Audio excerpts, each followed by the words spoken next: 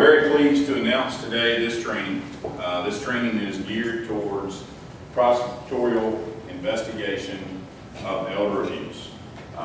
We are ecstatic that we have our keynote speaker came to see us today, and he traveled a long way to get here, and we certainly appreciate that. His name is Paul Greenwood. He has been an attorney since 1973. He has 31 years of experience, and he is the lead or head of the Elder Abuse Prosecution Unit since 1996. He works for the Deputy District Attorney office, and I'm sorry, Paul, where is that? San Diego. San Diego, California. I almost said LA. Well, I didn't want to do that to you. No. But we are extremely pleased to have him with us today, and I will let Paul go into some of his details of experience. As you will see on his PowerPoint, he is a wonderful speaker. He comes highly recommended, and we are extremely happy to have him. So we'll let him get started. Paul actually has to leave us today about 1:45 to try to get back to Dulles to make his plane home, because he is actually investigating and involved in the prosecution of a case now that he needs to address. So in the middle of all that, he's actually came all the way here to Virginia to speak to us. So we're certainly grateful and appreciative of that. Thank you, Paul. My pleasure.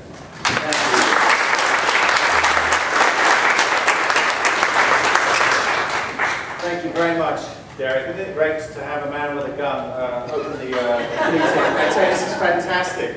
And if you've ever shaken Derek's hand, and I had the privilege of doing that a few minutes ago, you'll never forget it. It's great. I really appreciate having you here, Derek. And just to look out at the sea of faces here, this is very, very encouraging for someone like me to come to this community and see you all. And I do have also a special word of personal thanks to Anne C. for allowing me this privilege of coming and sharing with you today. So thank you, Anne, for making it possible for me to come and for organizing this great event.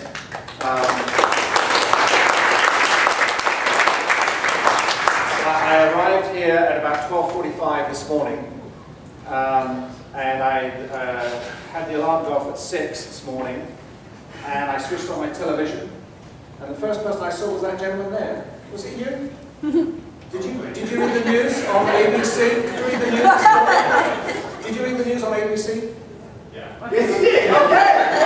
See, I'm getting to know my people around here, and I just love that. He's the anchor in the morning, and then he comes and brings his own tripod. This is really good. So, and you actually plugged today's event. Yeah. Twice. So I felt very honored. I switched on, and one of the first things I heard you say was today. So what is your name? Tom. Yeah. Okay, good to meet you. Thanks. So thank you for being here. And if any of you have heard me share, I always like to do a little bit of a presentation of my background before I get into the meat of what I'm doing. As you can probably tell, I'm not exactly a Southern California dude. And it's amazing, whenever I finish a trial, the jurors are invited by the judge to talk to the prosecutor, that's me, and the defense attorney. And no matter what I've just prosecuted, whether it be a homicide, a neglect, financial exploitation, physical abuse, it doesn't matter. They always ask me the same two questions. First question they always ask me is, Mr. Greenwood, has anyone ever told you that you look like...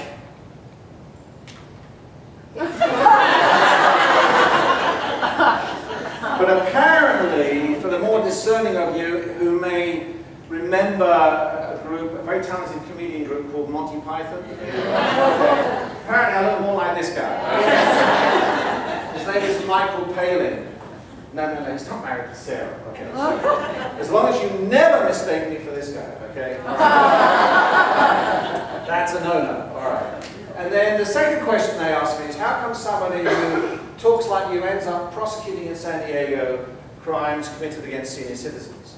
And for that I have to give you a very brief history lesson back to the summer of 1969.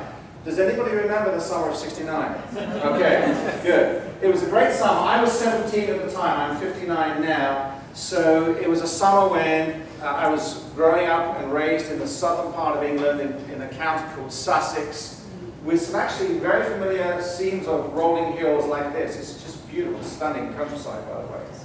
And I went to my local cinema when I was 17, and I watched a film which changed my life. But before I get to the film, the summer was a great summer. It was the summer of Woodstock, which apparently is in Virginia. I thought I was hallucinating last night. I was traveling south on 81, and I see this huge thing. I think it's called a water tower, I'm not sure. It said Woodstock. I said, whoa, where am I?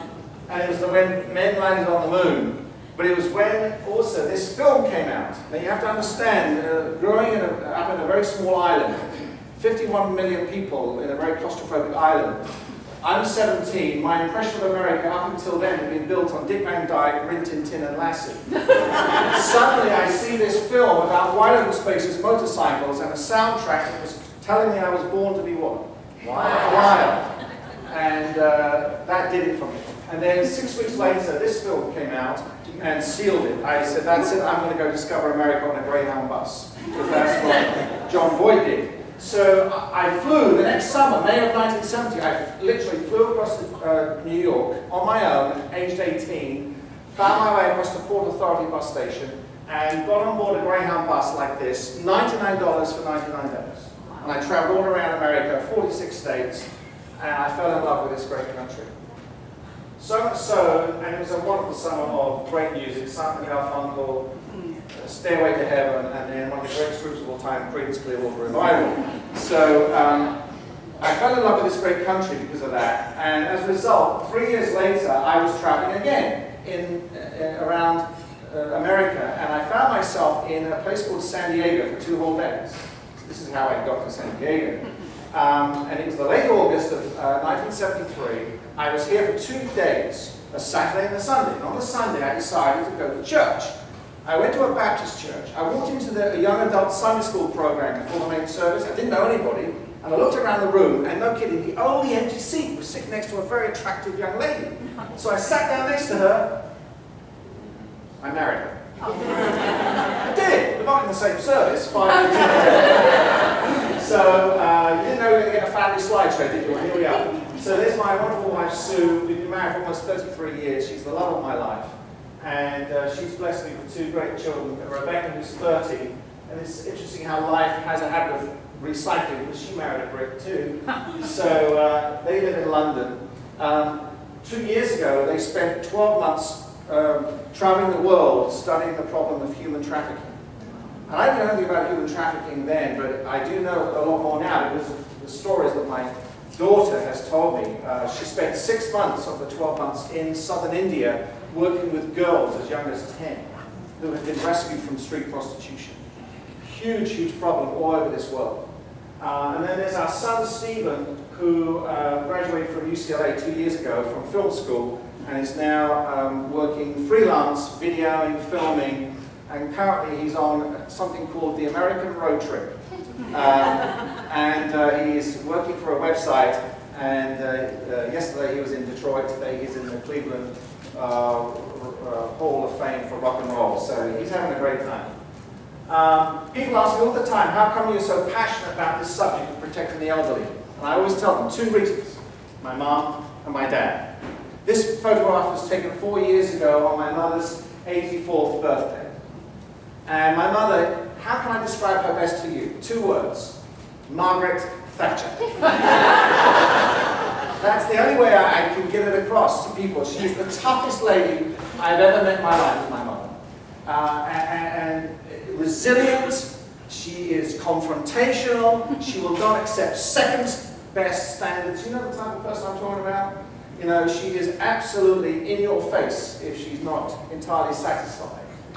She was a high school teacher for many years, and I always wonder, where does that steel come from, that toughness, at the age of 88, still with high energy? Well, I think growing up in London during the Blitz had something to do with it, when she literally ducked and dived every day as the bombs came raining down. She couldn't leave London because her father was a preacher in London, and so she remained there for most of the war. My mother likes to dramatize things, and being a high school teacher for many years, and she always knows that I show this photograph, so she says, Paul, remember, when you show this photograph in America, tell your audiences that this photo was taken in our garden. And then she pauses and she says, remember, a yard is a measurement. My mother married my dad 62 years ago. My dad is my hero. My dad is 88, and sadly my dad is now in the advanced stages of Alzheimer's. And I'm sure many of you have gone through the same heartaches that me and my sister and my mother have been going through, and will continue to go through. They've been married for almost 62 years, but they were on one of their first dates. This is a lesson for all young men, how to dress on your first date. My mother fell in love with a B-25 bomber pilot. That was my dad. And he was put in command of a bomber when he was very young, and on his 6th mission, he was shot down. He became my hero because I found this book when I was 8. You see, World War II has a big impact on my life, and it has a huge impact on my victims' lives. And I've been very fortunate that I can engage in conversation, even with folks who have dementia and Alzheimer's, about the war. And this is my father's fine logbook, and this is my favorite page because of the words that he used. This is June the 4th, 1944. Base, this is my dad's handwriting, Penna Point, split Yugoslavia, bombed harbour installations. And then this wonderful phrase, intense and accurate anti-aircraft fire, hits in both engines, ditched off fizz, and then this classic understatement, 45 minutes in dinghy. Isn't that beautiful? You know, I wonder today, how would a young person today describe the same military combat? Probably not in 8 lines like that. You know, I still have to get used to the fact that my daughter and my son will tell me in many lines on Facebook what they're doing in the morning to have coffee at Starbucks or something. This is my father's generation. Why did I become a lawyer? Because my mother, aka Margaret Thatcher, told me when I was 16, you will be a lawyer. Because this man, this is my mother's brother, my uncle Eric, who became a very successful barrister and then a judge. My wife and I went to see him last year. Sadly, he has dementia, and but he's still got his fond memories of being a judge. Every lawyer who became a judge in England has a wig box with their name embossed on it. And inside is the horsehair wig, which never corrodes. And I asked him to put it on again, and I think you can tell from his expression. He's always fond to be remembered as being His Honour, Judge Eric Grimble. One more family thing. This gentleman, his name is Gibson Kiboka. He has taught me more than anybody else I have ever met in my life about how you can overcome barriers that people put in place. After I left law school, I learned one thing in law school: I don't want to be a lawyer. So I went off and did something totally different. I went and taught for 2 years in a little village in Kenya. This gentleman became my mentor, my advisor in every way. And I owe him so much about life. He showed me more than anybody else that you can overcome these barriers that we put up of race, economics, and other things. I love John Wooden's life. I grew to know about him through UCLA, through my son. And I love this quote: be more concerned with your character than your reputation, because your character is what you really are, while your reputation is what others think you are. And when I first joined the District Attorney's Office as a prosecutor in San Diego, everyone was trying to drum it into me about your reputation. Because if you lose your reputation in court, then you might as well quit. But I've learned over the years as a prosecutor that prosecutors, like anyone else, can fool judges and fool other people about reputations. But it's really what counts is your character. Well, I joined the DA's office in 1993. In the first 30 years of our marriage in England, I was a lawyer. 4 days of the week I was defending, 1 day of the week I was prosecuting, because over there you can do both. As long as I woke up knowing which day of the week it was, everything was good. Okay? But it gave me a healthy respect for both sides of the courtroom. And I feel as a prosecutor today, it really, really helps me a lot to think like a defense lawyer.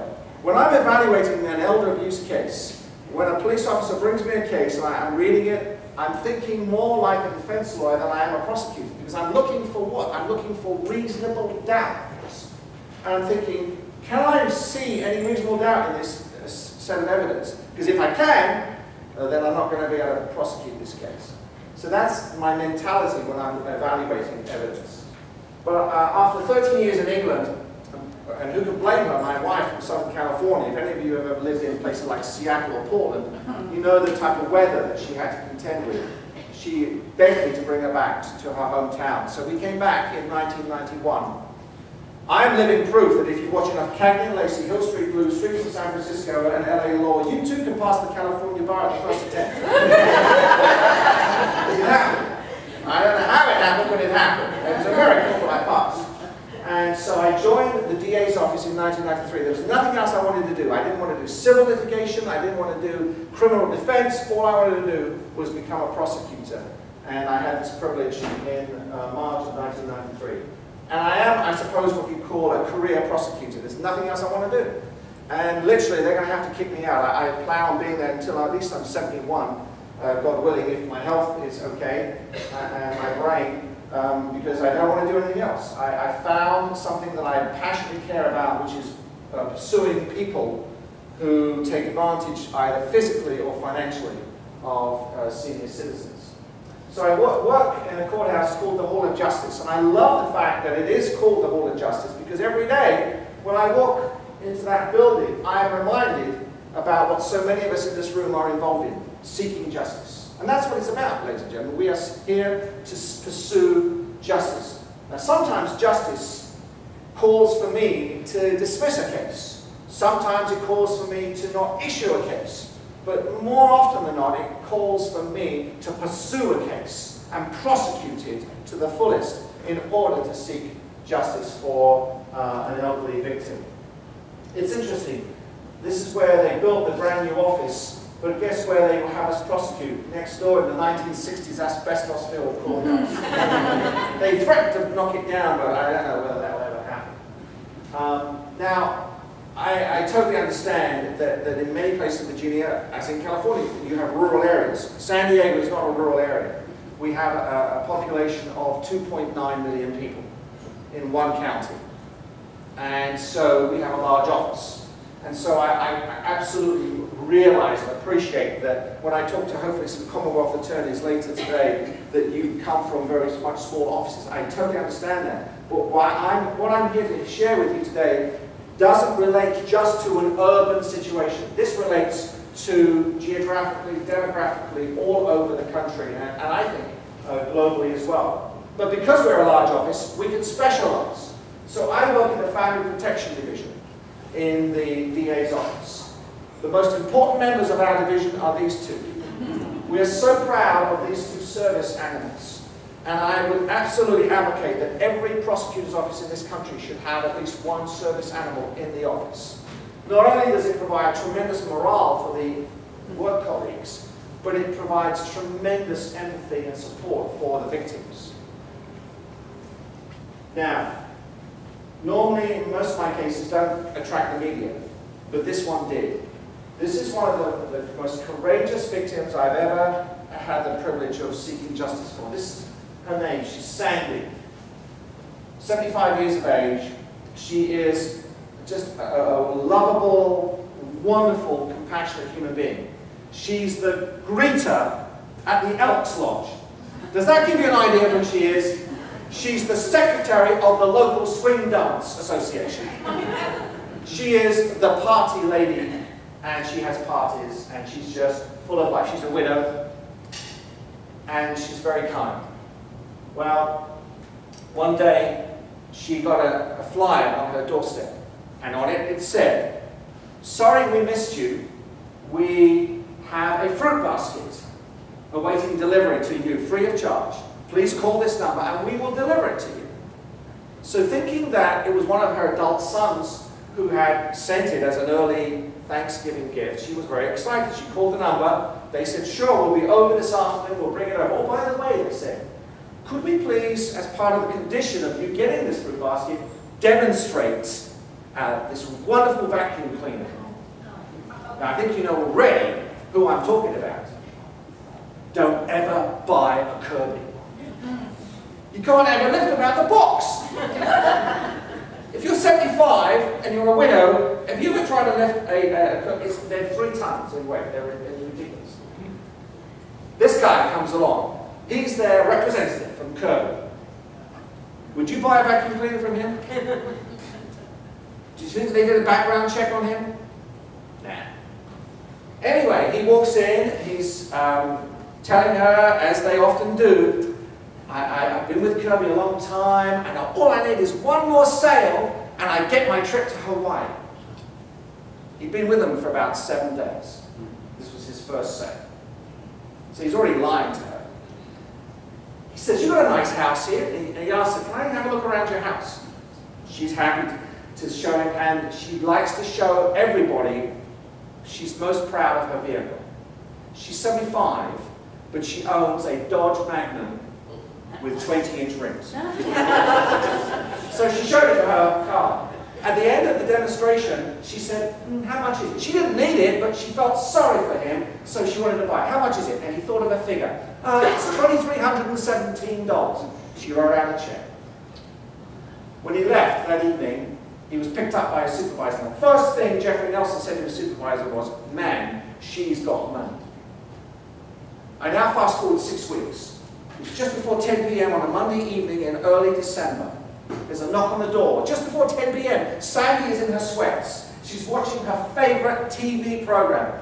And I love it because whenever I have victims on the stand who are seniors, I always ask them what they were doing. They're always watching television. And they're always watching their favorite show. You know what her favorite show is? Boston Legal. Love it. And she opens the door, and there he is. Hi, Sandy, remember me? I've just broken up with my girlfriend. Can I please come in and use your telephone to call my mother to come and pick me up? Without hesitation, Sandy let him in.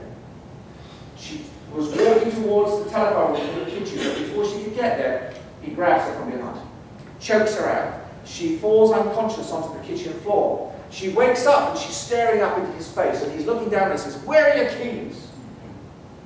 And then she realized she can't move. He had got the duct tape and had wrapped it around her ankles, her waist, her hips, up to her face. He drags her through the house, into the garage, and throws her into the back of her car, into the trunk. He keeps her in the trunk of her own car, remember she's 75, for 26 hours. No restaurant break, no water, no food, no nothing. He's driving around most of that time, but in between, he parks the car in his driveway of the house where he's living, and he's on the computer buying things with her credit card. He even is so full of himself that he even takes a snapshot of himself on the webcam on the computer, which our good old computer guys from the Sheriff's Department retrieve. And it's a wonderful mugshot to show a jury. Oh, so 26 hours almost go by. She is being knocked around in the back of the car. She's dehydrated. She's near to death.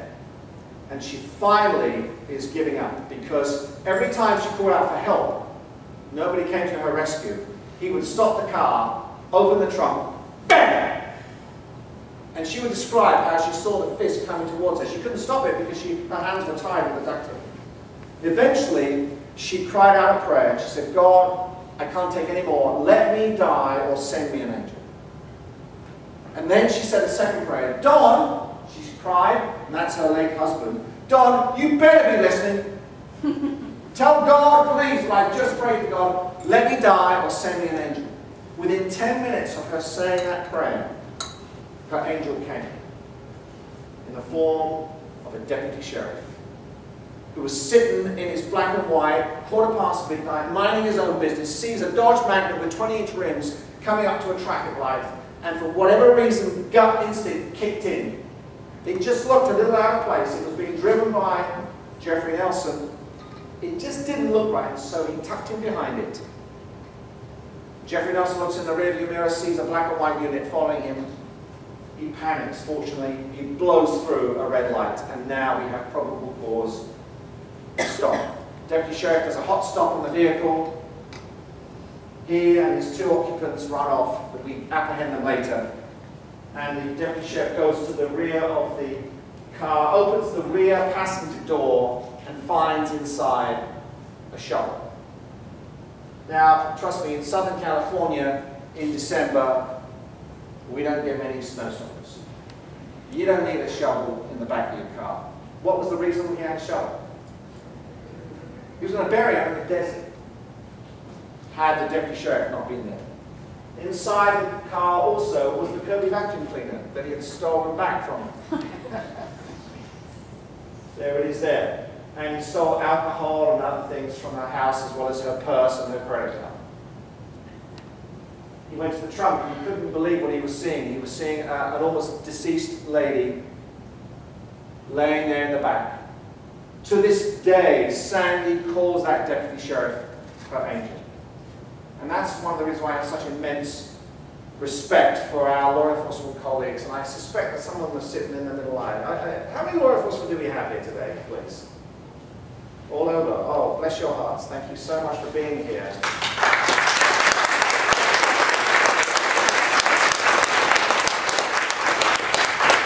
Because you represent what this deputy sheriff represented so well. He was just doing his job and wasn't actually very comfortable with all the media attention that he got, because he was just doing his job. There is Sandy, bloodied and bruised, but I tell you what, in all the years I've been privileged to have seniors testify, she just was unbelievable. Testified at the preliminary hearing, testified at the trial, and just won over everybody that heard her. Bruises everywhere, and even on the back of her head, the duct tape that they had to remove. To this day, she still cannot walk very well. Still, there's some permanent reminders of her excruciating experience. But she's rebounded. She's still back at the Elks Lodge greeting people, and she's back at the Swing Dance Club, although it doesn't move as well as before. But she'll never forget her angel. I charged Jeffrey Nelson with attempted murder, carjacking, everything. I also charged torture. Torture carries 25 years to life. This was torture in my view, and fortunately the jury agreed, and he's now serving 2 consecutive life sentences for his crime. This is my boss, Bonnie Germanis, who is a great boss to work for because she just lets me be, which is how I like it. Perfect. But she gets very nervous whenever I speak, so this is my protection, okay? Hold me responsible for whatever comes out of my mouth today. Please don't hold my boss responsible or my office, okay?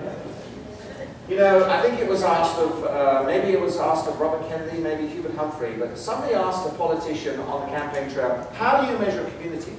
And this is the response. Look at the way you care for your young, the elderly, and the defenseless, and that gives you a good sense of that community. And I think it speaks so well of this community, the fact that you've all gathered together, that you have a coalition that started at the beginning of this year, that already you've seen an increase in awareness, that you are marking the occasion, that the media is here. This is going to be a defining moment for this whole community. It shows that we care about this horrific, escalating problem. What I've noticed over the last 13, 14 years is, unfortunately, some of the victims are being overlooked, ignored, even not believed. And somebody I would see being abandoned in this criminal justice system. That's not right. You know, I have tried to make it my mission to look for those cases that otherwise would get overlooked. And I actually try a more of a proactive approach. Typically, prosecutors are reactive. We wait for reports to come in, and then we issue and file charges based upon those reports. But I spend half of my time out of the office, in the community, talking to seniors, listening to seniors, and actually trying to shake a few trees to actually uncover some of these crimes that I'm going to share with you. Why should we care? Well, it's the World War II theme. I can't get away from it. I'm sure you visited this wonderful memorial in Washington Mall. And it's a very moving experience. If you go, you will see veterans with their grandchildren standing there with their ribbons, and it's very, very emotional. And this inscription is one which really caught my attention from President Truman. Our debt to these men and women can never be repaid. They have earned our gratitude. And that's how I feel, and that's how probably you feel. I'm so grateful to my parents' generation for what they've done in their lives, and they've laid down for people like me. One more little story before I get out into the other teaching elements. This is Jack Parks. This was taken on his 98th birthday. Jack is a person I never met in life. I only met him through death. But I've learned a lot about Jack as I prepared for and then portrayed him in the homicide trial that I conducted. 98 years of age, and he was married for 74 of those 98 years to the same woman. You know, isn't that amazing? That's why I love my job, because I get to be with people like Jack and get to be identified with people like Jack. He lived a very modest life, as many of them do. He moved from the Midwest in the 1950s to San Diego. He had a passion for cars. He sold Hudsons. I thought Hudson was a river. But no, it's a car, apparently. He lived in this very modest home with his wife.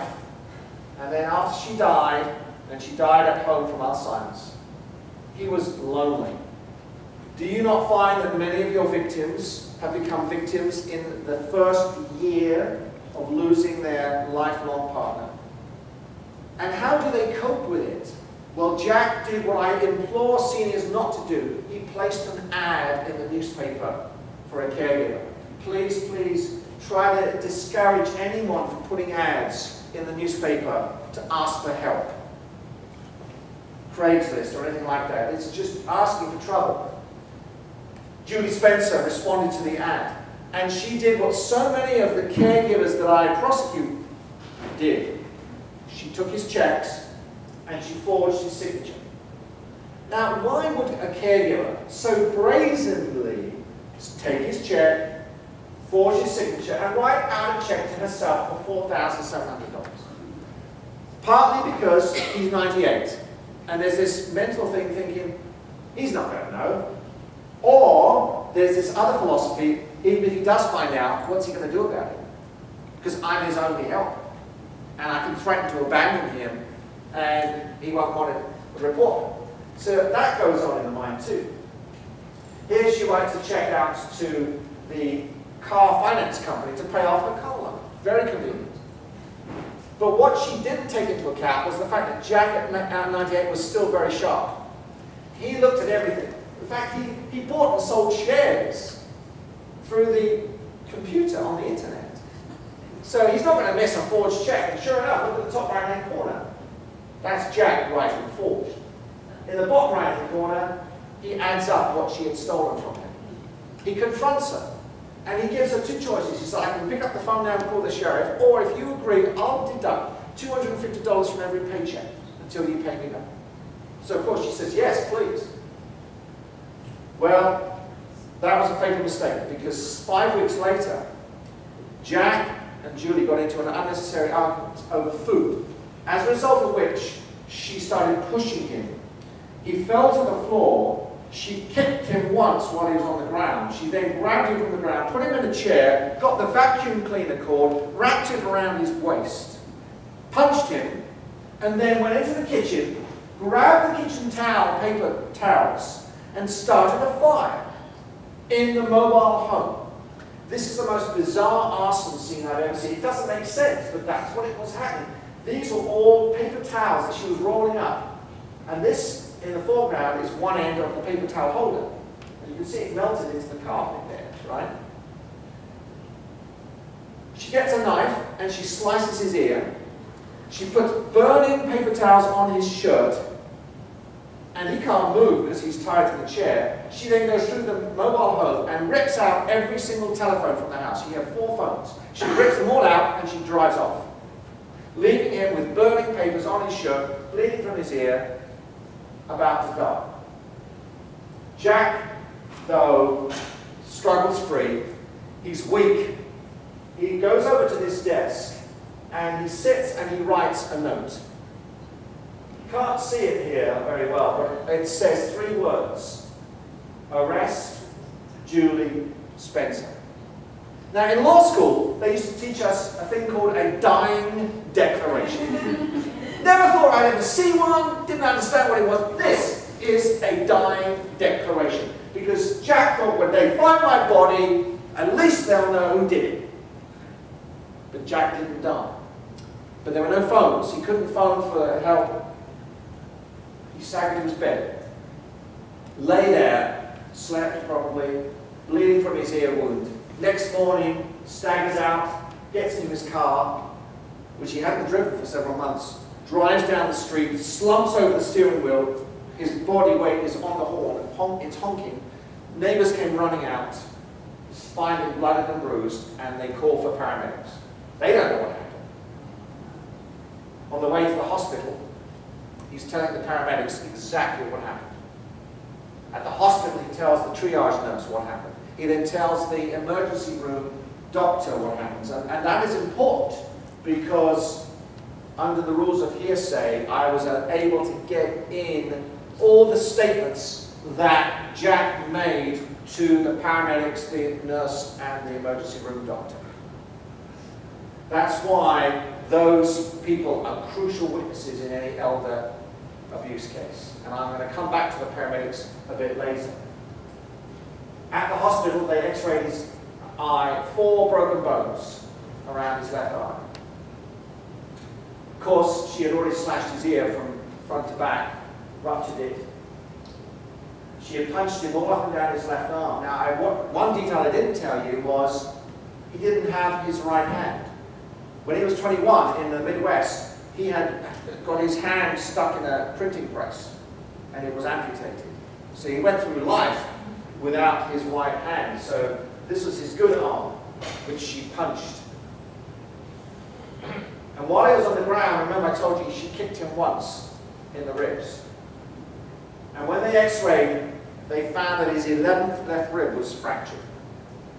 Here was another component that you have to add in. Jack was 98.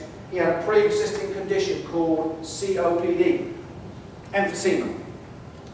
When you get a 98-year-old with emphysema and you break his rib and he ends up in a rehab for 4 weeks, bedridden, with restricted breathing, the inevitable happens. He dies. What does he die of? Bronchial pneumonia. The coroner does the autopsy. And at the end of the autopsy, the coroner announces this is a homicide. Because of the fact that the bronchial pneumonia was caused by having the broken rib, which was caused by Julie Spencer kicking him in the first place. And again, it goes back to law school where you have this imaginary chain of causation. You start with the assault by Julie and you end up with his death, and you look to see if any superseding or intervening event has come in to cut the chain of causation. And there was none. Now, the defense tried to argue, fortunately unsuccessfully, that there was an intervening event because he fell out of his wheelchair in the rehab and banged his head. But that was not the superseding intervening event. It was caused, the death was caused by the bronchial pneumonia. This is Julie Spencer. She was convicted of second-degree murder and is now serving 17 years to life. 15 years to life for the murder, second-degree murder, and 2 consecutive years for stealing his checks for elder financial exploitation. I've borrowed this slide from Illinois because there is so much silence out there about the crime of elder abuse. And who primarily is silent? Apart from you right now. The elder, the victims. That's where our major challenge comes, ladies and gentlemen, is breaking through this wall of silence that is being put up by the victims. And we understand why they are reticent to come forward. Some, in fact, are unable or incapable of making a crime report, but others choose not to because of embarrassment, because of fear of retaliation, and for so many other reasons. Now, 15 years ago, I could not have told you what this was, elder abuse. So, what happened? I was prosecuting regular crimes, and suddenly I got a call from the boss, come to my office. I went to his office, and he sat me down, and he was a man of very few words, and he said, Greenwood, we've decided that you are going to prosecute elder abuse. And I'd never heard of the term. And I said, what is it? He said, I don't know. But adult protective services have been on to me, and they tell me it's a problem, they tell me that we're ignoring it, and so you've got to go and find it, and you've got to fix it. And that's all he said. And typically in our office, you do a rotation period of a specialized area for 3 to 5 years maximum. Well, here I am 15 years later. And in fact, I've been constantly telling my bosses, don't move me, please don't move me, because I found an area that I am passionate about, that I am fascinated by, that I'm challenged by, I'm frustrated by, but it's stretching me. The other curious thing is I don't have any other prosecutors knocking on my door saying, I'd love to do your job. And that's sad, because I want every prosecutor in this country to get excited about these cases, because these cases are, in fact, very, very juror-friendly and have such appeal. But there is this misconception, I don't know where it came from, that if you get into elder abuse, and this is what happened to me, colleagues would come up to me and say, you're doing elder abuse? Yeah. Who have you upset in the office? They saw it as a demotion, and I don't understand why. So it's a crime. It's going unpunished, but it's very predictable. And that's what I love about this, because you can anticipate where to find the evidence. And it is affecting rural areas of Virginia as much as the more urban areas of, say, Richmond and other places in Roanoke. We're being told that elder abuse today is where child abuse and domestic violence were 30 odd years ago. But I don't think it's going to take us 30 years to get up to speed as to where those two crimes are now being portrayed. But it is escalating. Oh, we know it's escalating. Just from the demographics, look at this. By the year 2030, there will be over 70 million people in this country driving Buick motor cars. And I'm sorry to stereotype my victims, but honestly, 95% of all my victims own a Buick. 4% own a 1993 Cadillac LeSeville. White exterior, tan interior. And 1% own a Dodge Magnum with 20-inch rims. But guess what? We're all living longer. And many of us in this room will live to be 100. And I don't know whether you've thought about very much about that, but it's going to have huge impact on your lifestyles. And many people, and particularly in law enforcement, I'm jealous of some of my law enforcement colleagues, they retire at 55. But if they're going to live for another 45 years, I mean, how much fishing and golf can you do in that time? and will the money last for all that length of time too? That's the other big deal. And if you just, forgive it, I'm going to mention NBC for one moment, okay, forgive me for that. But if you turn on NBC any weekday in the morning, you will be reminded, if you eat Smuckers for breakfast, you will live to be 100, okay? But my favourite citizen here is this lady.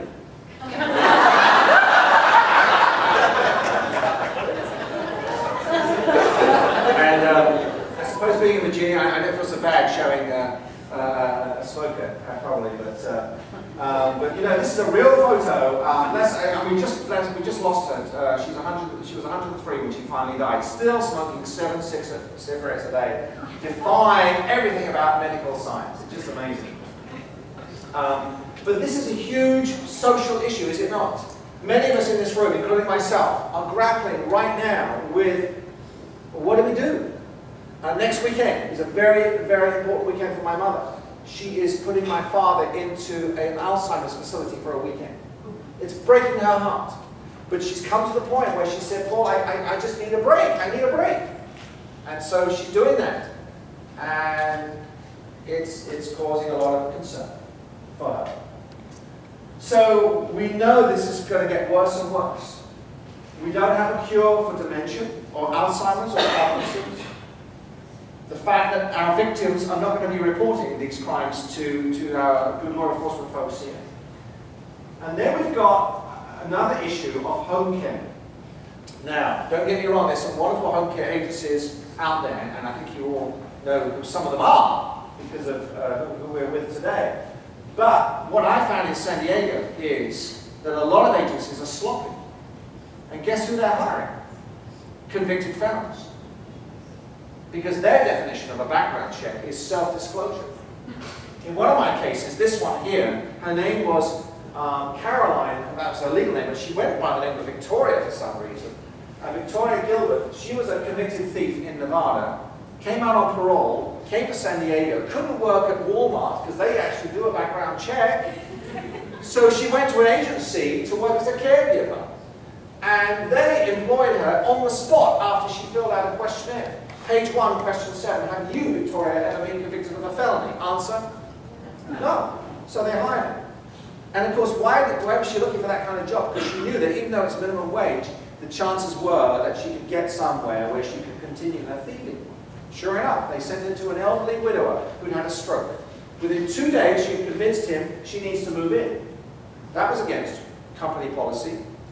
And then within 5 days, she moved her boyfriend in. So there's the 3 of them living under the victim's roof. They started with his medications. That was the first thing that went missing, Vicodin. She became addicted to Vicodin. And then she tapped into his checking account and then started opening new credit cards. The adult children, unfortunately, lived several miles away and weren't staying in touch. Until finally the bank became so concerned about the outflow of money from his account that the bank took the unusual step back then of calling an adult child and saying, you better get over it. And when they did, they were shocked by what they saw. I prosecuted Victoria Gilbert, and during the process, I brought in the owner of the agency, and I showed her this rap sheet. And her reaction was classic. Oh, she said, she lied. And I couldn't resist it, ladies and gentlemen. I know. It was Victoria's secret.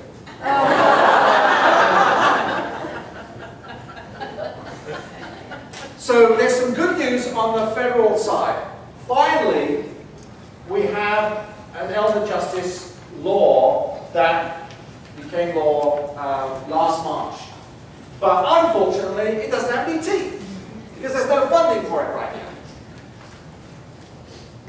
Many of us have tried to advocate for it, but nobody has done it probably more prominently than this gentleman, Mickey Rooney, who of course is recognizable to every single senior citizen over the age of 75. And he's in his 90s himself. He has actually gone on the road with this message. And he was in Bakersfield, California recently. My frustration over this whole thing with Mickey Rooney, though, is that unless we're missing something, there's no criminal prosecution going on. And that's something that concerns me because everyone's making a big fuss of what happened to Mickey Rooney. It was tragic what happened to him, but there doesn't seem to be some criminal case going on with it, which is unfortunate because it's giving the public the wrong kind of message here. But hopefully, if we get funding for this act, then we will see adult protective services getting some much needed money, and the long-term care ombudsman program getting some much needed money. And hopefully there'll be some coordination going on across the country, which is badly needed. We need to streamline and make more uniform the laws in every state affecting seniors, and I'm going to mention that in a minute. So the dynamics that I've already hinted about, the fears that seniors have that lead to underreporting, is a big issue with many of us. How do we overcome that? How do we overcome the fact that many victims of financial exploitation feel ashamed? Concern that exposure will lead to a loss of independence. And sometimes you also get the perpetrator, like a caregiver, making threats. Now in Virginia, you're defined either by incapacity, so you're called an incapacitated adult aged 18 through 59, or you're considered to be somebody who is 60 or over. Now, as I approach my 60th birthday in less than a year, I'm not comfortable with that. You know, that's a little too young. But what is also interesting, and I had a chance to meet the city attorney here for Stanton, we were talking about the Virginia laws, and as far as I'm aware, I know there is a code for incapacitated adults. If you commit a crime against an incapacitated adult, there's a specific code section. But I'm not sure if there is a specific code section for somebody over the age of 60. Does anybody know if there is? No. Which to me is frustrating. And I wonder why not. So somebody who is not incapacitated but who is 75 years of age, in my humble opinion, I think there should be a code section addressing that person. Fortunately for me, in California, the way it's worded is the law it's called elder and dependent adult abuse. So I get to charge that code section to cover people over the age of 65, anybody over the age of 65, or incapacitated adults aged 18 through 64. So my recommendation, for what it's worth, would be that Virginia look at rephrasing the law to encompass everybody, not just incapacitated adults. And the reason for that is that when you convict somebody of that code section, the next time a law enforcement officer stops them on a field interview and they look at their rap sheet and they say, aha, this guy's ripped off a 75-year-old person before, it makes the alarm bells go off. So I think something needs to happen there. What I would like to do for that time that I have, of course, the great thing is I can juggle my time because you've been very kind to give me all morning of breaking it down into different subjects. What I'm going to do for the next 40 minutes, a 4-hour break, is to go through these misconceptions. And these misconceptions are things that I've come across and battled against for the last 15 years. When I was in Kansas last summer, I read the local paper, and this was in the local paper from the night before. The legal system doesn't have the legal resources in place to stop elder abuse. That was the message that a group of panelists sent to Tuesday evening. I think we could characterize this statement as being rather pessimistic. Would you agree? Now, I also agree that there's no way that you and I can stop elder abuse in Virginia. But I also do believe that our legal system in the United States is sufficient, as it is today, to put a huge dent in the perpetrators of elder abuse. Because when I get people telling me, well, it's all very well, Greenwood, but we don't have laws that cover this subject, I'm thinking, yes, you do. You've got theft, you've got neglect, you've got a battery, you've got homicide. We don't need specialized laws for that. It's nice to have them, but we can still prosecute under the existing legal system. This was another article. Elder abuse can be hard to prosecute, said the local district attorney. Often the victim depends on the perpetrator to take care of them. Cases can involve victims who might not remember they were taken advantage of or don't realize they were a victim. Yes, that's true, but again, that's a little too pessimistic for my liking. I think it's a misconception to say that elder abuse can be hard to prosecute. Some cases are very hard, but the majority are not hard to prosecute, in my view, provided the investigation is done and the evidence is collected. The number one misconception that I heard everywhere I went was this one. Elderly people make terrible witnesses in the courtroom. Because I was just confused. When I was told to go prosecute elder abuse, I looked around. They put me in an office. I had a computer, a yellow pad, and a telephone. But I looked around, but there was nothing there for me to... What was I looking for in my office? What does prosecutors need? Well, victims, yeah, but victims don't come walking in. What comes in to the office? Cases. I was looking for my case. I assumed that when I walked into my office, okay, Greenwood, you're doing elder abuse. I was assuming that there would be a stack of cases on my desk. But there weren't any. And I was puzzled, so I went out and I talked to a lot of different folks for about 7 months because I couldn't find any cases. And everywhere I went, I got the same response. Greenwood, you don't want to be messing with these cases. Why not? Because elderly people make terrible witnesses. I heard it everywhere I went. I still hear it. And I'm here to tell you, there's nothing else you remember, I'm here to tell you that this is absolutely untrue. But why do people think that? Number one is because apparently when you turn 60, you lose your memory. No, of course not. In fact, any of you who've raised a teenager knows that teenagers are forgetful. They're probably more forgetful than my 95-year-old victims. There's too much going on. I mean, multitasking is one thing, but it makes you very distracted and very forgetful for other things too. But all this is a list of misconceptions and stereotypes, and unfortunately, we sometimes very quickly judge people simply by their age. And I'm so glad that many of you are from law enforcement. What I'd like to do when you leave here is share with your colleagues that just because when they're taking a report from somebody who's 95, don't switch off. Don't just assume that because they're 95, they've got nothing to tell you, nothing to offer you. It's amazing what they can tell you. Okay, some of my victims are very forgetful. But does that mean that my case goes down the tube? No. In fact, when my witness is on the stand, and I've just done direct examination and then cross-examination, and they start unraveling and they start telling things in a different way to what they told me, does it make me upset? No, in fact, secretly I'm going, yes, keep it up.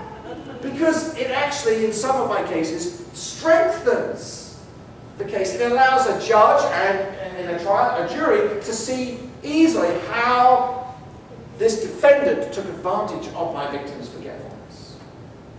So normally there are lots of ways to work around this forgetfulness. But in so many of the other cases, my victims are very, very detailed. And they typically relate events to things that they remember, like a television program. So these are all unfortunate stereotypes. And this is what I'm talking about. These are 4 of my victims. The youngest is 84, and the oldest is 100. And all 4 of them were victims of my rota defendant. Now, have you heard of rota? By the way, this is not the defendant. This is some poor fella I borrowed from the internet. But the defendant used to work for rota, and they fired him for dishonesty, but they forgot to ask for the return of his uniform. So one day he wakes up unemployed in San Diego and decides, I need money. I know what I'm going to do. I'm going to rip off some seniors. He drives over to a retirement community called Mount Miguel Covenant Village, which is full of seniors like these 4 residents who live in independent living apartments. And he goes up to my 100-year-old victim, the gentleman in the jacket, knocks on his door, and this is what he does. He's standing there in a plumbing uniform and says, "Good morning, sir. Management has sent me. There's a problem with your plumbing. Can I please come in?" I mean, that's the old standard scam that they're using in Virginia as much as they're using in California. So he gets in. He then directs my victim to stand by the bathroom taps and turn on the hot and cold taps when instructed to. But of course, now my suspect is out of sight from the victim and is able to steal whatever he can. And he does this to all 4 of these residents. And eventually, we catch him, prosecute him, and of course, I'm reading the reports. I don't know who these people are. I know their ages from the crime reports, and we send out subpoenas. And at 8:45 on a Monday morning, I walk out of my office and I'm greeted by these 4 people. It literally takes my breath away. How do you look at 8:45 on a Monday morning? How do I look? How do I feel? Not like these folks. And because remember, coming from San Diego, okay, you think beach, dunes, surf, okay? Did I have to persuade this gentleman to leave his t-shirt, shorts, and flip-flops at home? Can you imagine how some of our witnesses show up at court to testify? But not my seniors. Now, when you look at these seniors, do they look as if they have credibility? Oh, please. They ooze it. Do you think I have to go running off to my paralegal and say, run the rap sheet on this lady? Because in every other case as prosecutors, that's exactly what we do. You get a 21-year-old eyewitness, a Pacific Beach male, okay, who comes in, he's an eyewitness to a robbery. First thing you do is write his rap sheet. Because, you know, his credibility is at stake. Do I ever have to do this with my victims? No! And I just want you to look, this is, I'll call her Agnes, because 95% of all my female victims are called Agnes. So this is Agnes, she's 4'11", all right? And this is the part which I love about my job. Your Honor, I'm calling as my next witness, Agnes Smith, okay? So in she comes through the double doors of the courtroom. So I walk to the double doors, she comes in, and instinctively, I don't prep her for this, instinctively she grabs my elbow. And I feel like I'm walking my daughter down the aisle, okay, at church, to the wedding. And so I'm walking down past the jury box, make sure the victim is right by the jury box, okay? So she's walking past the jurors, and in one of my cases, she actually looks across at the jurors, not only smiles, waves! By the time she gets into the witness box, I guarantee you that 4 of my jurors already want to adopt her as their grandmother. And it's so funny because 15 years ago when I started in this area, I tell you who made more fun of me than anybody else in my office, the gang prosecutors. Because gang prosecutors, admittedly, are very macho, they do tough cases, and they are on a pedestal. In our office, gang prosecutors are almost worshipped because they deal with the toughest cases. And they know it, and they walk around with a slight swagger, and they would come up to me with their hands in their pockets and say, "Oh, Greenwood, doing elder abuse," and they do everything like that. Oh, but do they do that now? Oh, no. Because when I'm in the elevator with Agnes about to introduce her to my courtroom, into the elevator walks my gang prosecutor friend with his victim. Yeah, exactly. You know exactly what his gang victim looks like. Why is he a victim of a gang case? Because he's a gangster. Because he's 17, he's got the visible tattoos on his knuckles and on his neck. He wears those awful saggy trousers. And what the best of all, he wears the Oakland Raiders jacket. Which really goes down well with my San Diego jurors, right? Now, by the time he gets to the witness box, what do you think the jurors are thinking about him? Oh, you got shot? Oh, serves you right! But when they hear that Agnes got ripped off by this defendant, do they ever say, "Serves you right"? No. See, that's why I love my job. My victims make my cases for me. Number 2, if my elderly victim refuses to provide information, they tell me nothing can be done. I disagree. You're going to come across this in this county. You will come across hesitant victims, and this is who they're going to be. They are going to be mothers. They will be mothers in their 70s and 80s. And who did this to them? Predominantly, it's going to be their son, or their grandson, or their nephew. Sometimes granddaughters and daughters, but more often than not, it's going to be the son. And by the time it gets to the Commonwealth Prosecutor's Office or the City Attorney's Office, the victim is going to be very, very reluctant. But we can still build the case.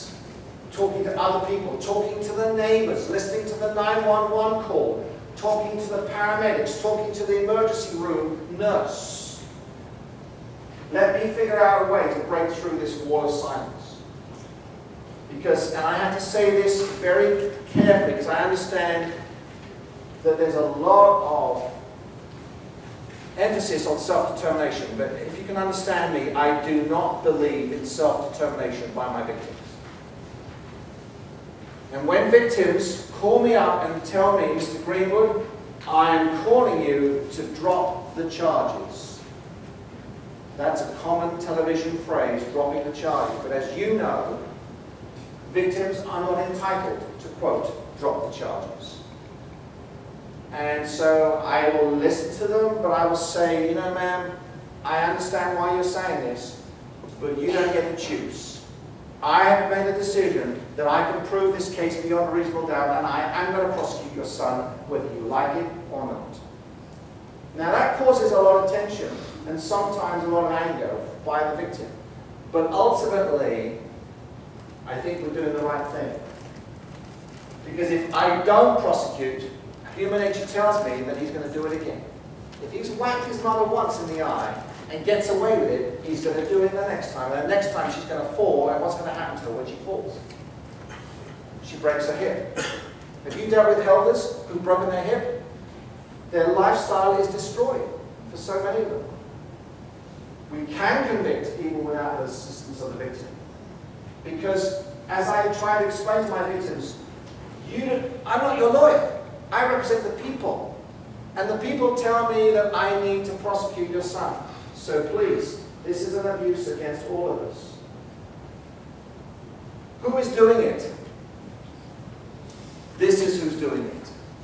And of all the cases that I've handled over the last 15 years, this one comes up every single week. He's in his late 30s to late 40s. He lives in Virginia. He does. I promise you. He lives in Wayers Cave. He lives at home with his widowed mother. He's either divorced and come back to live at home with her, or he's single and he's never ever left home. And why should he? Because his mother still insists on cooking his 3 meals every day. And she even washes his handkerchiefs and his socks and irons them. And how much rent does she charge him? Nothing. So why should he do that? Or he's just returned from jail. In every single case that I've prosecuted, he's lazy and unemployed. And whenever I speak to his mother, the victim, I say, your son, it says on the police report, he's 46 years of age and he's unemployed. How come? All she says, he tells me he has a medical condition that prevents him from working. I say, let me guess, he's got a bad back. She said, how did you know? I said, it comes from sitting on your sofa 8 hours a day watching your television. And I know I'm being cynical here, but it's true. In San Diego, there are 3 main addictions that these sons have. It's normally methamphetamine, and I understand that you have a similar problem here in Virginia. Or it's alcohol, and it may not be such a problem here in Virginia, but it is in San Diego because we have casinos within half an hour anywhere you live. Gambling. And because of these addictions, and because he's unemployed, where does he get his money from? From his mother. What does he steal first? Number one, he always steals the jewelry, and he pawns it. He takes her checks and forges them, cashes the pension check, whatever. Now, when mother finds out, what does she do? She confronts him, and what does he do? Bam! Punches her in the eye. Now, also, there could be a history of mental illness. Many of the cases involve bipolar diagnosis of sons. The mothers have tried their best to put him on the right medication, but he refuses to take it. And that's when he starts acting out. Now, what I'm going to show you now are some photos of victims. They're all mothers. What is a little strange is that all the injuries are to the left eye, which means that all the sons that I prosecute are right-handed. Go figure that out. So maybe somebody should do a study on why left-handed people are more passive than right-handed. But these are classic injuries that you will see in Virginia as I see in San Diego. This is slightly different. This is not from a fist. What causes that circular injury? It's the base of the beer bottle. So she confronts him, he's drinking his 6th beer that afternoon, and she said, you know what, you've had enough. And she goes to grab it and he goes, don't you dare! And he smashes it into her eye. This is so typical. Here she is in the hospital. Abrasions below the lip, swollen eyes, and this sadness in the eyes. Classic elder victim mother. Abrasions there around the eye and the bruising below the eye. Watch out for the defensive wounds. The mother has the defensive wounds where she's blocking the fists coming in from the son. Father's not exempt. This is not a beer bottle, this was a glass of the beer, where he shoved the glass into his dad's eye. This was last year. The police did a good job on this one, where they actually photographed her right there on the morning when they called 911. Took a side view, which is excellent, so you can see the swelling developing. But here's what crucially really helps the prosecutor. 3 days later, the detective goes back to the house The defendant, the son, is already in custody. The detective goes back, and a picture's worth 1,000 words. Because the bruise, as you know, takes 24 to 48 hours to really come out. And then to take a long shot, because the jurors like to see, because remember the witness is sitting down most of the time, but it's good to have a long shot because she's weighing 148 pounds, whereas her son weighs 210 pounds. And he is raising the defense of self-defense. Please. That's pathetic, isn't it? Absolutely pathetic. But here is my classic profile of the no-good, lazy, drug-addicted son who gets angry. Here is a mother whose injuries, fortunately, were only slight. But under the law that I am able to prosecute, this is a felony. And you show that to any police officer or Commonwealth attorney, they'll say, that's not a felony. But the way the law is drafted, and this is why I love it, is because it says, under circumstances likely to cause great bodily injury to an elder over the age of 65. And in this case, the son got angry with his mother. Instead of punching her, he got her precious dog, who weighs 50 pounds. Now, she's in a wheelchair, and he lifted the dog over her and just literally dropped as a dead weight the dog onto her lap. And it caused this slight abrasion bruise, and I was able to charge it as a felony because the circumstances were likely to cause a great bodily injury. I'm always looking for these telltale signs on the wrist, where the son walks into the bedroom after he's been confronted earlier in the day by his mother, grabs the wrist, yanks her out of the bed, and then if she falls heavily, she's liable to break her head. Also look for the pressure points on their lower arms, where he's squeezing her, and he's standing there in front of her, he's shaking her, and he's threatening her. Look for the mother who is on blood thinners, Coumadin. You grab her arm like that, and the skin will literally come off in your hand.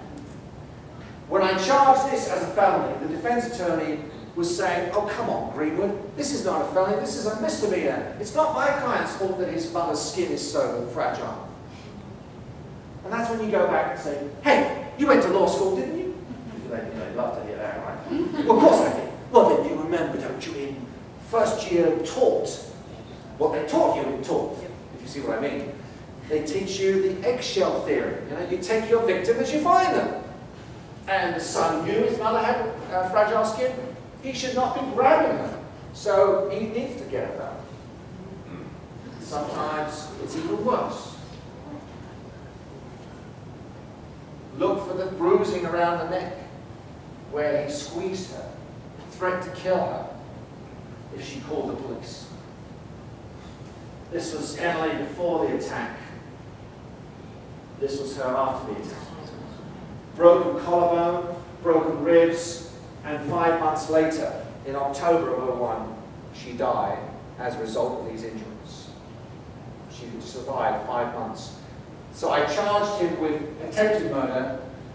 In October, when she died, the case had not been resolved, so we were able to charge murder, and he was convicted of second-degree murder. This lady, a Vietnamese victim, did not want anything to do with the police, didn't want anything to do with me. He was very hostile, because apparently, in her culture, this was very shameful.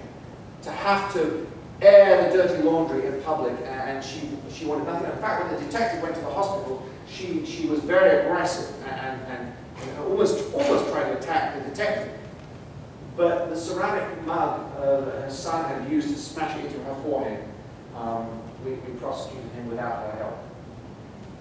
This was one of the saddest cases we ever had. A delightful lady, you would never know by meeting with her. She could live here in this area. She could be outgoing and a volunteer. Everything seemed right. She lived in a nice neighborhood, but she had one big problem, her son, who fit the profile that I've been talking about. And neighbors became very concerned because the neighbors living either side, she lived in a townhouse, neighbors here, neighbors there, would hear arguments every night. They would hear the blasphemy, the curse words from the son, the threats. The neighbors got so concerned they called Adult Protective Services. Adult Protective Services went over there. What did she say? No, thank you. I can handle it. How many of you from Adoptive Services here today? Wow. Thank you so much. And you know exactly what I'm talking about. Sometimes you're left on the doorstep and they say, thank you, but go away. And they close the door and you leave with a sinking feeling. And that's exactly how the APS worker described it in this trial. He knew that something bad was going to happen. Well, the son kept up his reign of terror. And he started leaving these awful notes around the house, on mirrors and on doors, and just the anger in his pictures. And she became very, very concerned. So what did she do? She left him this letter in his bedroom. Now this letter is not really written by a mother. It's almost written by a lawyer. But she probably got the wording from a textbook. She wrote it. But look at it. I mean, mothers don't write to their sons like this. But she wrote as if he were a tenant. You are hereby notified. And the premises were terminated and ended. You are requested and required to deliver possession thereof to me on said date. And that was on August the 7th, 2003. She's giving him September the 5th. Well, 7 days later, he murders her. And this picture will never leave me because after the police processed the crime scene, they called me on my BlackBerry and said, do you want to come over? And I went over there that night and I walked close by and I saw her dead body there. And it just makes me even more determined to prosecute these sons for the first time they lay a hand, because if we don't prosecute, we could end up with more of these kinds of cases. He killed her, not with a gun or a knife, because they typically, sons don't use that. He grabbed a hard object, which was a large row statue, smashed it into a skull. Number 3, if my victim gives the money voluntarily, it's not a crime. By the way, I moved more quickly through a lot of these myths, but I wanted to spend a lot of time on that one, because that's really important. If my victim gives the money voluntarily, they tell me it's not a crime. Now, I'm going to cover this after the break in financial exploitation, a little more detail. But there are times when what appears to be consensual, in fact, has been evaporated by either undue influence, fraud, or by exploiting the mental limitations of the victim. How often do I hear it said, oh, agree, but that's not a crime, that's not a theft, that's a civil dispute? I hear it all the time. And I have to be very careful in how I say this, but I often say, excuse me, I'm paid to be a prosecutor. I'm paid to evaluate whether something is a crime. I think it's a crime. Can you give me the evidence, please? Can you give me the reports? And they go, no, let me look at it. I think it's a crime. This is a classic example. Here's my victim, here's her late husband, and in the middle is the crook. When the husband dies, my victim has Parkinson's. The family and the victim all agree she needs to sell the house, and it's too big now, and she doesn't want to live alone in the house. So she wants to move into this very nice retirement facility on the beach. So she sells up, and this was a few years ago when the prices in San Diego were healthy, and she had equity. She had $700,000 equity, which is now in the bank. And she moves into the facility where she meets this guy. Now, he's on minimum wage, but the reason he's working in this facility on the beach, a very exclusive 4-star facility, is because he's looking for victims like her. When she moves in, he finds out that she has $700,000 sitting in the bank account. So now, how do I get it? Is what he's thinking. Well, he had never ever met her late husband. So what you see here is a total fraud. And because of things like Adobe Photoshop, crooks take advantage of that.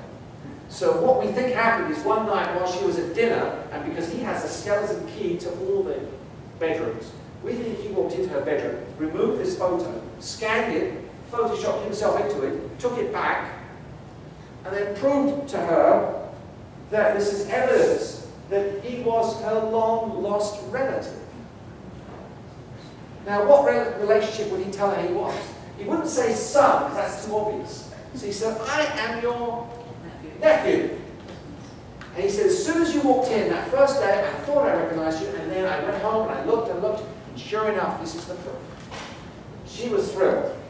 He then says, I'll tell you what we'll do.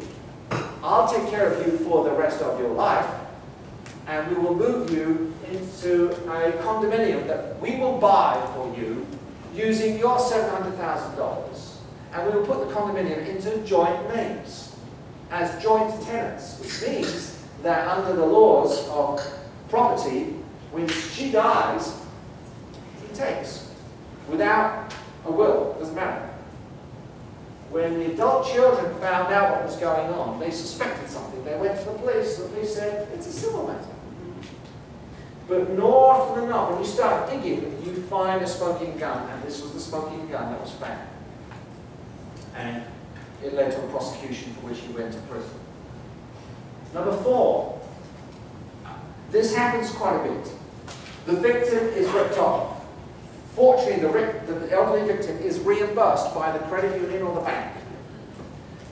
The detectives get no cooperation from the financial institution, and that happens a lot, unfortunately, where they're delayed with their search warrants, and it just is not working out, and then finally the bank says to my detective, we're not interested. We're writing it off as a bad debt. And then my detective loses heart and says, well, that's it, there's nothing we should do. And eventually I call him up and say, what happened to that case you were, oh, he says, we lost our victim, meaning, oh, I said, did she die? No, the victim, the bank, they're not interested. I said, well, hold on. I don't regard the bank as my primary victim. My victim is the elderly lady who got ripped off. We need to seek justice for her.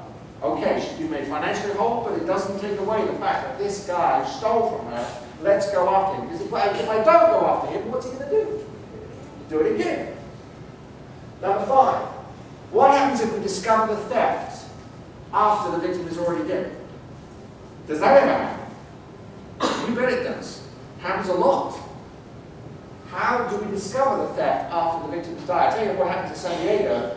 The adult son, who lives 1,000 miles away, comes back for his mother's funeral. He happens to be a CPA. He's a clever bloke, you know? And after the funeral, he goes and spends 3 days in his mother's house, sifting through her paperwork. What does he discover? Suspicious financial transactions that were conducted before her death. He's given my name. He calls me up and he says, Mr. Greenwood, I think my mother, who's now dead, is a victim of financial exploitation. What do? I said, you need to make a crime report and tell the officers that I'm interested in pursuing you.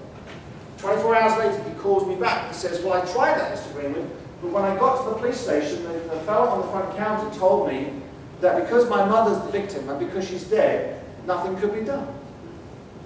So depending on how cheeky I felt, I said, well, you know what? Call up that same officer and ask him what would happen if you wanted to report a murder. I'm terribly sorry, I can't take a report. I need the victim alive. No, we don't blink an eyelid when we prosecute murder cases. We don't need the victim's statements to prove what happened. Sometimes, actually, we do have a victim statement, and it's very nice.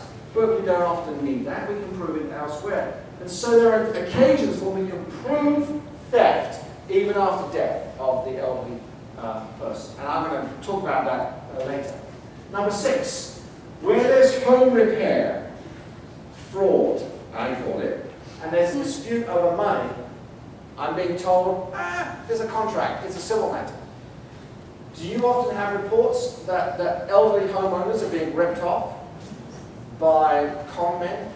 It's a serious problem all over the country. And we've got to become aggressive about it. Because this is the way I look at it. Is the contractor licensed? Because in most states, the person doing the work, whether it be roofing, paving, grading, painting, whatever, needs some kind of technical license to be qualified to do the work. So that's the first thing I look for is, do they have the qualification? And typically they don't. Secondly, are there other victims out there? You bet they're going to be. So this is what happens. I get one report of one elderly person being ripped off by a roofer.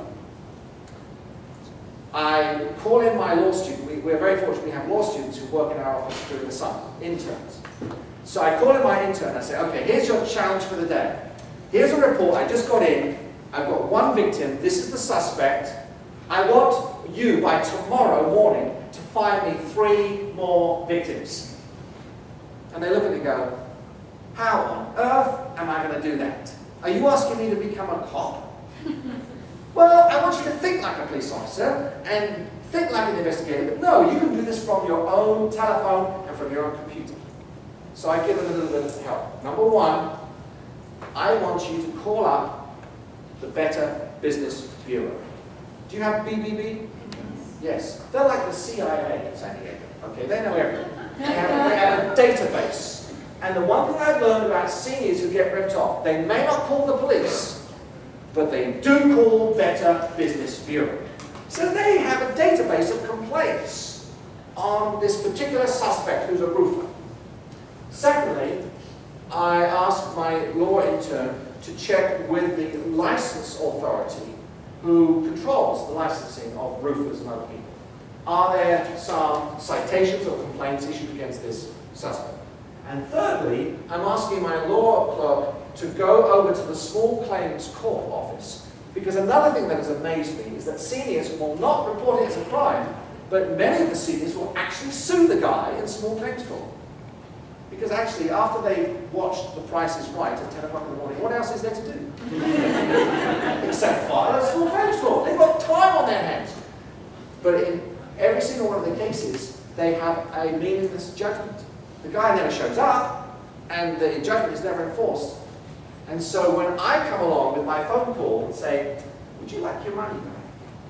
They go, well, yeah. How does that happen? I said, well, I'm going to charge this guy. We're going to put out an arrest warrant. If we find him, maybe, just maybe, he'll find the money to pay you back.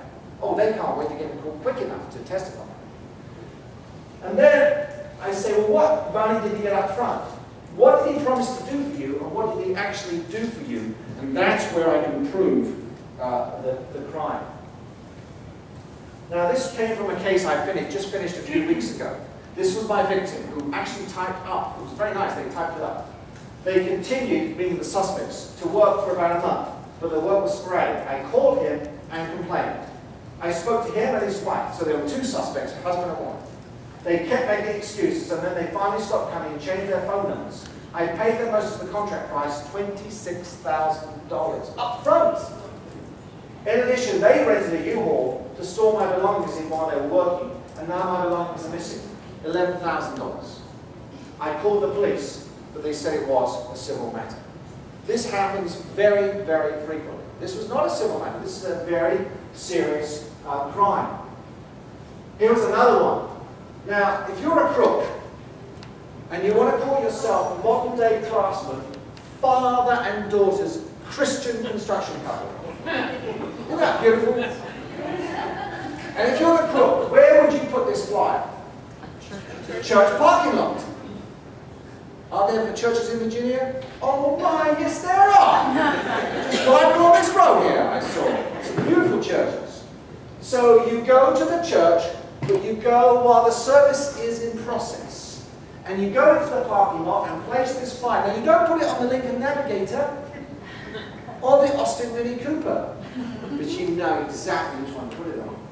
Thank you. And don't forget the 1993 Cadillac DeSville by the exterior Cadillac.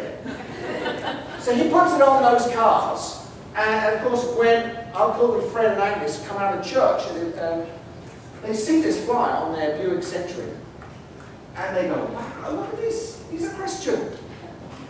And it says, we are a proud family, licensed, bonded, and insured. We will do anything from cleaning the toilet to building a house. Fantastic. The good news, ladies and gentlemen, is that right now, I believe, at 10:13 in the morning, William Petrie is cleaning the toilet. So, all these things are designed to attract a senior citizen. And I think you can see what they are. Number one, you've got scripture. That's appealing to your Virginia seniors. you've got the patriotic symbol of the flag and the eagle, you've got the Bible, and you've got discounts. What else do you want? So they call him up. He goes over on the Monday morning and writes up a contract. And this is something else. This is why I love doing the financial exploitation cases, because I'm always looking for spelling mistakes. Crooks do not know how to spell. They don't. So you're always looking for the spelling mistakes. And here it is. Installation. He doesn't do installation, he only does installation. And then he offers you a lifetime warranty. Not a warranty. On everything. On everything. And he never tells you how much it is. He just says, pay in full at completion, just work with me. Well, in the morning, he asks her for a check. She thinks it's for the whole amount, so she happily pays him the check, $1,324. He immediately, while his workmen, his crewmen are there starting to do the work, goes to the bank. And the bank gets suspicious. Why? Because he's big, he's burly, he's loud, he's rude, and they are suspicious. They are protective of their client. So they call her. Look, call customer. And she says, no, no problem. His workmen are here, give him the money, it's fine. She's thinking that it's to cover the whole cost. I'll fast forward down to 4 p.m. By then, she realizes this was a terrible mistake. I should never have called him. I should never have hired him. I should have done my homework. She's embarrassed, right? He comes in the kitchen. All she wants him to do is leave. And to her shock, he says, get me a checkbook. She says, but I paid you this morning. He said, oh, no, no, no. That was just for materials. This is now for labor. You owe me another $4,200. And right then and there, she realizes this is a scam. Because the work was ineffective, it was incomplete, and now he's asking for $4,200. Now what does she do? He's in the kitchen with his 3 thugs. She's scared to death. So she's logical, she's not panicking. She thinks, okay, I'll write out the check. When they leave, I'll call the bank, put a stop on the check, and then I'll call the sheriff to have him come and protect me, because he'll come back very angry. Well, of course, he takes the check from her. He says to his crewmen, stay here. Because he realized what the bank's going to do, right? Because in the morning they called her. He knew that's what they would do in the afternoon. Sure enough, 4:30 in the afternoon they called her. Now this time she's more hesitant. She's afraid. She's embarrassed. She's upset. But she still tells him, yes, go ahead and pay the check. Pay the money. He gets the cash, he comes back to the kitchen, picks up his crewmen, and they leave. Here's my victim. She's sitting there at the kitchen table. She's sobbing her eyes out. Her head is in her hands. There's the telephone, and who does she call? The answer is nobody. She's embarrassed, she's upset. The last person she wants to find out is her son, because she doesn't want anybody to find out. Thankfully, how did I get this case? The bank called Adult Protective Services. Adult Protective Services went and saw the victim the next day. She spilled it all out. APS contacted the sheriff. The sheriff did a wonderful investigation, brought it to me, and William Petrie is now in prison. And that's how it should be. But even after we arrested him, you know what he did? He went out and he put in a new flyer called Mother and Daughters Construction. Unbelievable. These guys will never, ever stop. Well, you know what? I've run over my time, but don't worry, because I've still got the next session to go, so I can tuck it in and then start the financial. So it's 10:17. Shall we regroup at 10:32? All right, to give you the full 15 minutes. All right, thank you so much.